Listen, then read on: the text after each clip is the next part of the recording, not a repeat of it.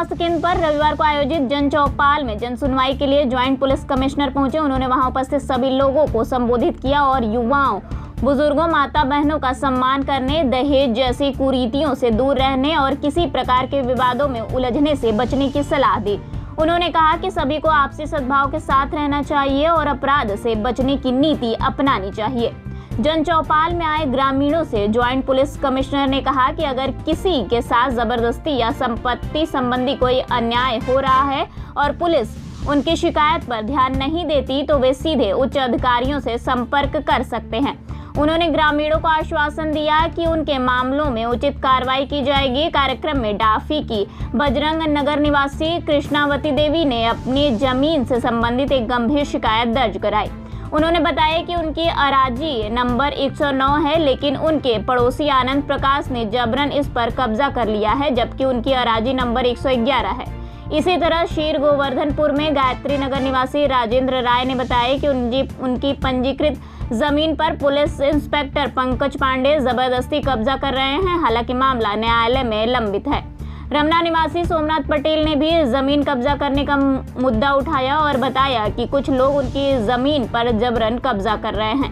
लंका के साकेत नगर निवासी योगेश सिंह चौहान ने गली में निर्माण कराने के जरिए पड़ोसी की संपत्ति पर कब्जा करने की शिकायत की। छित्तूपुर तारानगर कॉलोनी के अजय कुमार ने भी मुख्य मार्ग पर हो रहे अवैध निर्माण के खिलाफ शिकायत दर्ज कराई।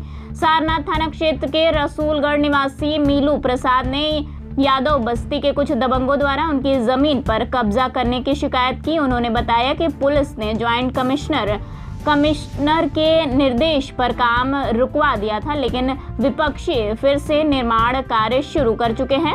इसके अलावा शीर गोवर्धनपुर वार्ड के पार्षद प्रतिनिधि राम सिंह यादव ने शिकायत की कि उनके वार्ड में अगर दो पक्षों के बीच आपसी विवाद होता है और वे थाने में समझौता कर लेते हैं तो भी पुलिस उन्हें थाने में बैठाए रखती है।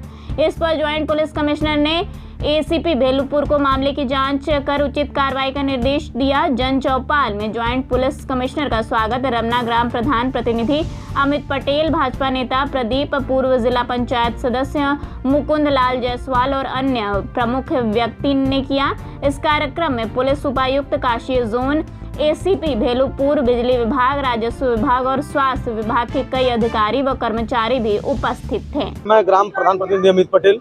निष्कारण के संबंध में आज आईजी साहब और पूरे प्रशासनिक जितने बड़े अधिकारी थे वो ग्राम सभा रमना प्राथमिक स्वास्थ्य केंद्र पे चौपाल लगा हुआ था और निवारण के संबंध में ये था कि हमारे ग्राम सभा रमना और अगल बगल गांव में काफी समस्याएं थी और समस्याएं काफी थी और समस्याओं को देखते हुए आज निस्तारण में ये कहा गया है कि जो अधिकारी आए थे थाना पूर्ति और कोर्ट कचहरी कई मामला जो है कि कोर्ट में पेंडिंग चल रहा है, तो साहब का कहना है कि जितने मामला जो भी मामला हमारे स्तर से बड़े स्तर से जो समझौता के प्रति जो समझौता कर लें आपस में, उसका निवारण आप जो एप्लीकेशन दिए हैं ये इनके थ्रू किया जाएगा।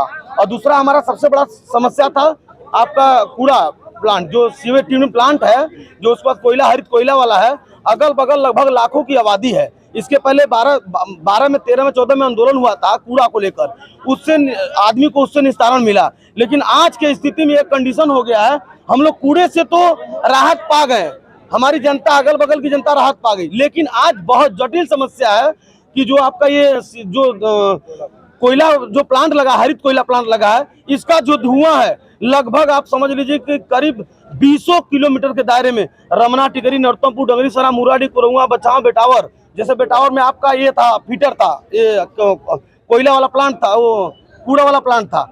आज उससे हम लोग राहत होकर रमना से कूड़ा भेजे हम लोग करसान, लेकिन आज हम लोग को बहुत जटिल का सामना करना पड़ रहा है। जो धुएं से हम लोग परेशान है, अगल बगल लगभग बड़ी कॉलोनी हो गई, बड़ी आबादी हो गई है।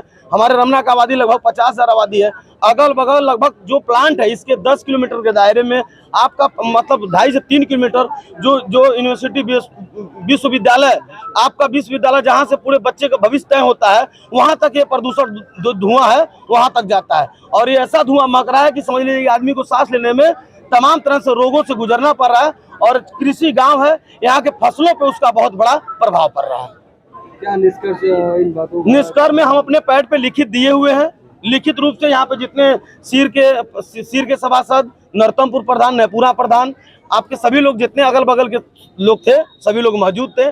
सभी ने अधिकारियों को पत्र के माध्यम से लिखित दिया है और अधिकारी साहब ने डायरेक्ट कहा है कि आप इस पत्र को, ये पत्र मत समझना कि ये पत्र केवल पत्रावली में रह जाएगी। इस पे अगेंस्ट मतलब इस पे कार्रवाई किया जाएगा और 100 नहीं 120% कार्रवाई किया जाएगा जो मेरे पास एप्लीकेशन पड़ा हुआ है। लोग बता रहे हैं कि थाना में जाने में घबराहट होता है, डर लगता है, सही बात है नेता जी? ऐसे तो हमको तो बचपन से नहीं लगा है, बाकी अब जिनको लगा हो आप तो भाई नहीं, आज की बात नहीं है। जब मैं पहले भी थाना में जाता था तो अंदर बाहर जाता था, आज भी जाता हूँ। जो चोर चोट्टा जो गलत काम करते हो थाना प्रशासन से उससे डरना चाहिए। जो एक आदमी गरीब भी आदमी रहेगा, अगर वो आदमी गरीब आदमी है, वो अगर टाइट है तो अपने हक के लिए थाना हो चाहे जज हो किसी के सामने बतिया सकता है। ऐसी बातें नहीं है।